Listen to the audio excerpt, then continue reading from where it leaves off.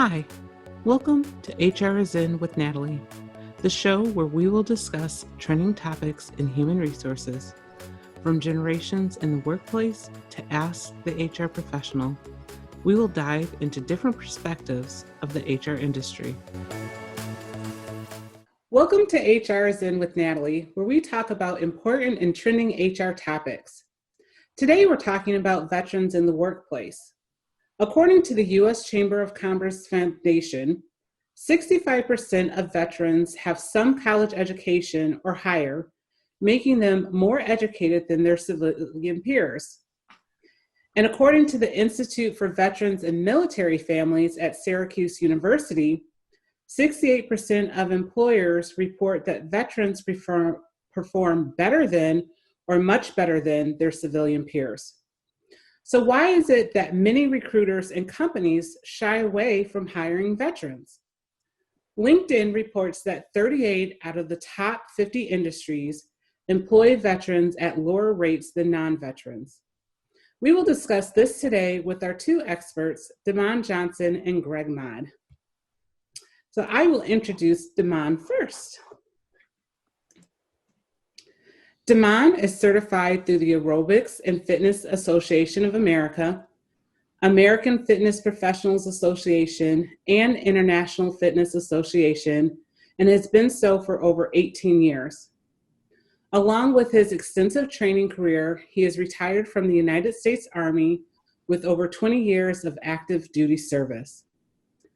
During his tenure, he has acquired numerous certifications and has been charged with many additional duties.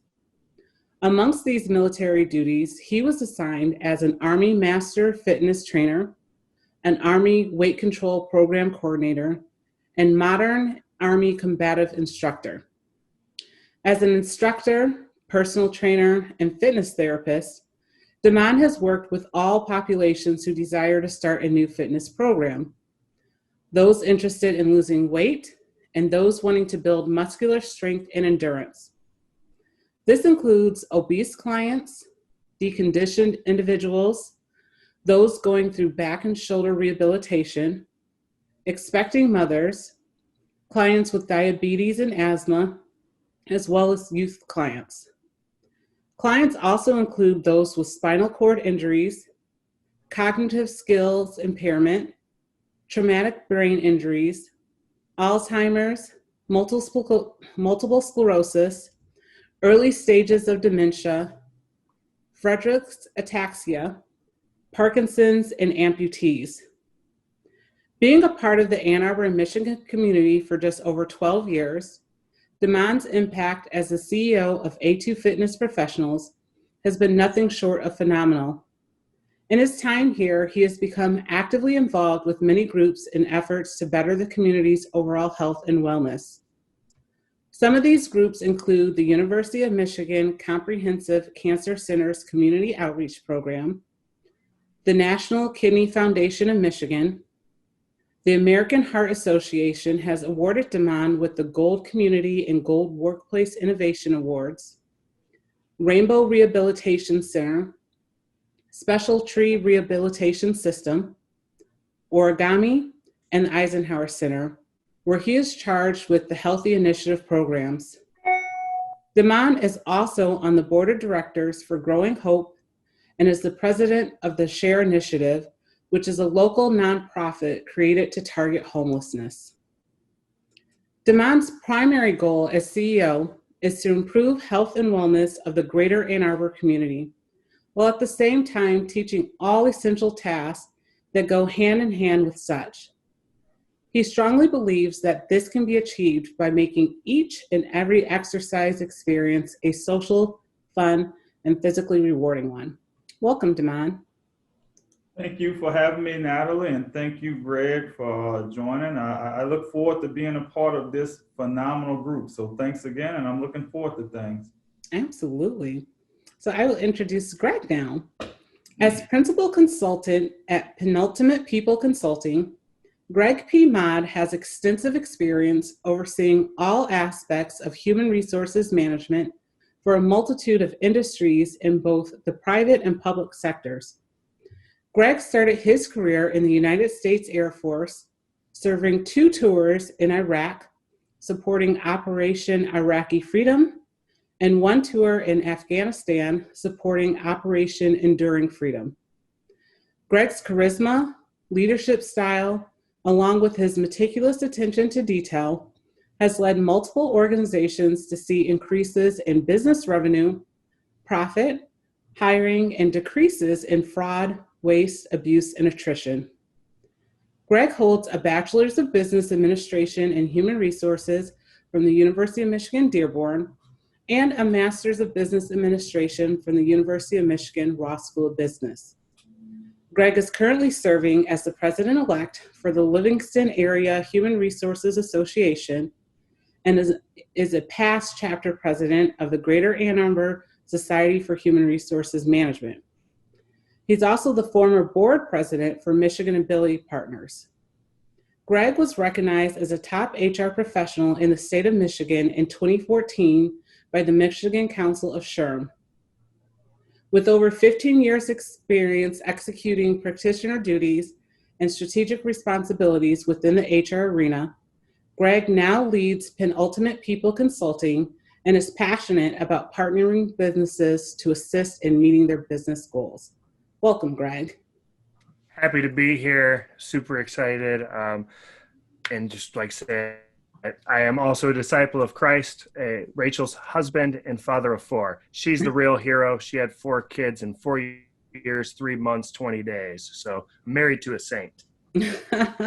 Yes, I would say that many kids in that amount of time, she's my hero too. So we often hear about companies advertising for their diversity programs and their veteran hiring. But as an HR professional with recruiting experience, I've known hiring managers that will turn down every veteran I put in front of them, or I've heard recruiters say, some veterans have no transferable skills, or some veterans don't know how to think for themselves. What are skills that people build in the military, including lower ranked positions, and how do you see them being a benefit to the corporate world? Greg? Very interesting question. I appreciate the opportunity to talk about this. I would say that there's a plethora of skills that individuals learn in the military. First, learning to adapt, overcome, and persevere. Generally, military folks, veterans, they are individuals. They don't just, follow orders. One of the things that has come up with my career is that I'm a challenger. And people are always a little worried, like, oh, Greg's going to, challenge the status quo. He's going to try to bring up change. We don't need that. And the thing is that with the military experience, while I may challenge the plan up front, once a plan is in place, military veterans are quick to adapt, overcome, persevere, and they're going to drive hard. They're generally the first in the office, the last to leave the office, and are positioned well to sacrifice themselves for the betterment of others. Nice. Okay. Damon, what's been your experience? Yeah, so I can kind of second what Greg was saying and then build a bit on it. We we often hear, if you will, stereotypes and myths, such as what you just said, where, well, maybe the transferable skills are not there, or maybe they can't think on their own. And again, as a retired soldier, I've had to adapt and overcome under extreme circumstances, such as every soldier, whether it be Marine, Airman, Seaman, across the board. That's what we first learn to do, to adapt and overcome in extreme circumstances. So we can't overlook these young men and women because, again, what Greg was saying, when you talk about a plethora of skills, if you will, the Army itself has just about 200 military occupational skills, and that's jobs. And then those jobs are broken down into different branches. So when we talk about training and transferable skills, you have to remember almost 200 plus skills, whether it be the lower enlisted, whether it be non-commissioned officers or officers themselves. So, we have to, as employers, we have to familiarize ourselves and learn the different military occupational skills. And then we can get into looking over DD-214s, et cetera, et cetera. But when you talk thinking for ourselves, I mean, when you talk military versus college, so if you will, military is just been an ongoing experience. The average person may go to college for 4 years and they take this skill and they apply it to the workforce. I mean, when you talk about myself or even Greg, we've had to take these skills learned and apply them in a combat situation. So it's a little bit different. I would definitely say those skills are transferable. And then when you talk about our non-commissioned officers, you talk about executives on this in the civilian sector versus our non-commissioned officers or our commissioned officers in the military. So if we familiarize ourselves as HR persons, we'll see the parallel, and then not being biased, but we'd see some extreme benefits of military personnel. So it almost seems like, doing your homework and maybe getting a better understanding of what people are doing when they're in the military might be helpful. Yeah. But it almost seems as a veteran might have a better chance if they started their own business. Damon, I know you did that from the start. Can you tell us about that? Mm-hmm. So again, we talk about 20 plus years of preparation, if you will. From the very beginning, I learned what's called servant leadership, if you will. So selfless service. And what I found by transferring that into the civilian sector, into the corporate world, in essence, that should be the foundation. Whether the biggest CEO to the lowest person on a totem pole, you always want to remember servant leadership, because that's saying, hey, it's not just about me. It's about making a team better. It's about making the world a better place. So my experience, again, I knew going into the military that it's going to be life after the military, whether I stayed in and retired or whether I got out after the first term of enlistment. So the first thing that I wanted to do when I sit down with the recruiter was to talk about what military occupational skill, what transfer better in a civilian sector. And so I kind of prepped my way all the way in through life by saying, I want this MOS because this will transfer. And then the same thing, making sure that you have this civilian educational background to go with it. Okay. Greg, so you chose entrepreneurship after successful corporate positions. What made you make that decision? So there's a lot of reasons why somebody takes the entrepreneur track.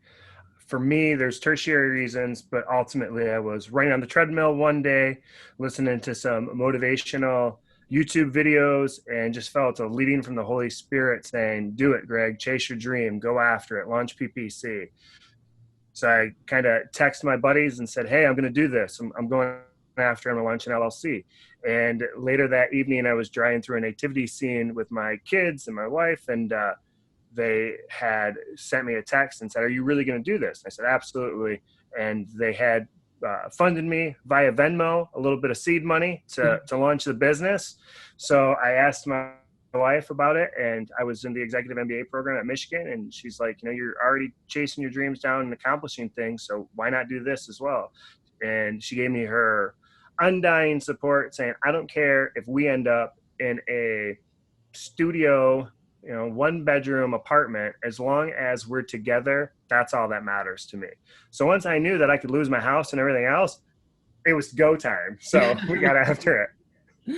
Again, that sainthood coming through. Yeah. Go Rachel.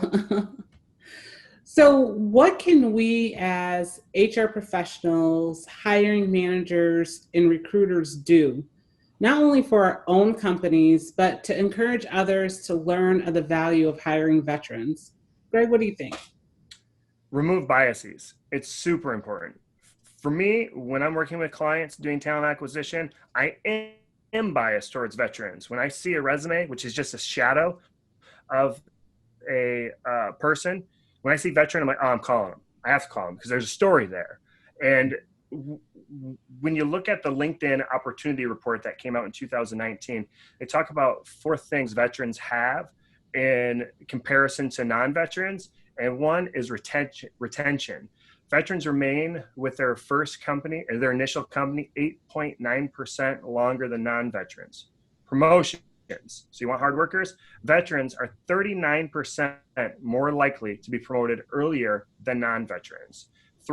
3, education. Veterans are 160% more likely than non-veterans to have a graduate degree or higher. And then finally, experience. Veterans with bachelor's degrees have 2.9 times the more work experience than non-veterans. So I think there's a lot of value for recruiters and talent acquisition professionals and corporate hiring managers to look at a veteran when deciding to hire the best person for the job. Absolutely. I had an opportunity to read that LinkedIn report, and I'll be sharing some of those details on my website and, on social media throughout the month. Damon, what advice do you have for us? Yeah, I would, caveat that and say, for one, educate ourselves. You'll hear that as a common theme. Educate and then ask questions. As veterans, once we finish our service, we're so familiar with this process. You heard me refer to MOS, or military occupational skill. Whereas, if the HR or the hiring person is educated enough to be able to ask those questions, what was your MOS? Mm-hmm. And then, then I would be able to explain, okay, what I did in the military is what you're looking for, and I can give you an answer. Ask them to bring in forms such as a DD-214. That DD-214 would tell the employer everything that this potential new hire has did in the military. And you'd be surprised at things, when we go through things as soldiers, we don't keep score, so to speak, but it's annotated on that DD-214. So as soldiers, again, we're talking about selfless service. We're taught to do it, get it done, because that's the mission. So we're not expecting praise, but if you looked at our DD-214s, you'd be able to see this massive list of accomplishments.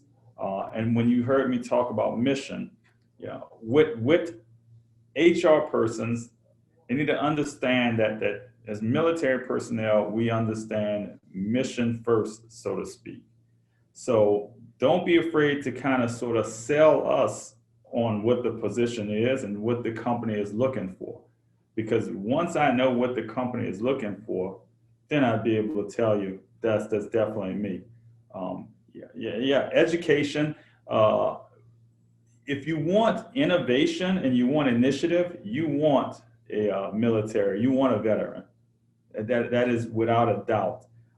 When you compare the tenets of the civilian sector versus the leadership tenets of the military, you'll find that they mirror each other pretty much the same. So education would probably be, if not, I would say that's my biggest pet peeve: educate ourselves and ask questions. Right. I think about all of my recruiting experience and recruiting veterans, and I've never heard of a DD-214. And maybe that's something that if other recruiters knew to ask for or to look at or to show hiring managers, that could just be one step in the right direction of having them understand what this military person's experience has been.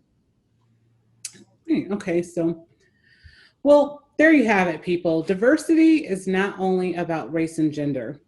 After this discussion, I really hope HR professionals will understand and encourage managers making hiring decisions to consider the benefits veterans can have in the workplace and maybe show them the DD-214.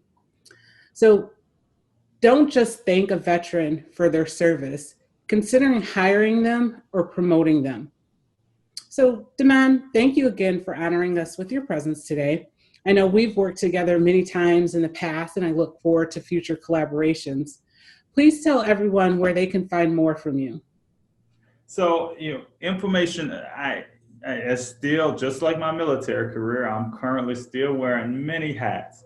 So I am the CEO and president of A2 Fitness Professionals. You can catch me at Demond at a2fitnessprofessionals.com. That's DEMOND at a2fitnessprofessionals.com. You can also feel free to look up the Share Initiative and or my newest venture, Lord Home and Commercial Cleaning. I had to do that plug, Natalie. I'm always busy. Well, it's always funny. We have an inside joke because he shares the same name as my husband. So a lot of jokes that we've said over the years about that. Greg, to think that our working relationship started from us networking at a Gesherm event. How can people find more about your organization? Best to connect with me on LinkedIn. Name on the screen, Greg Mudd. Search me out. Send me an invite. Generally put a message. I always like to get a message and why you want to connect. And then you can also follow Penultimate People Consulting on LinkedIn as well. I like to put out some content there occasionally. So yeah, those are some good ways to follow, one, me, and two, Penultimate People Consulting. Thanks for the opportunity, Natalie. Absolutely. So I implore all of you to continue checking out Helpful Resource Consulting's website, Facebook page, and LinkedIn. And of course, like this video and subscribe to my channel. All month of September is dedicated to veterans in the workplace. So I'll be putting out more information, reports, maybe even coming up with a packet that can include that DD-214 so recruiters know what that is. But stay tuned. Next month, our vlog is going to be talking about mediation in the workplace. And that's a wrap. Thanks for checking out this video today. If you enjoyed it, like it down below and subscribe to my YouTube channel. You can also check out my website, Facebook page, LinkedIn page, and keep up with this channel for more videos on trending topics in HR.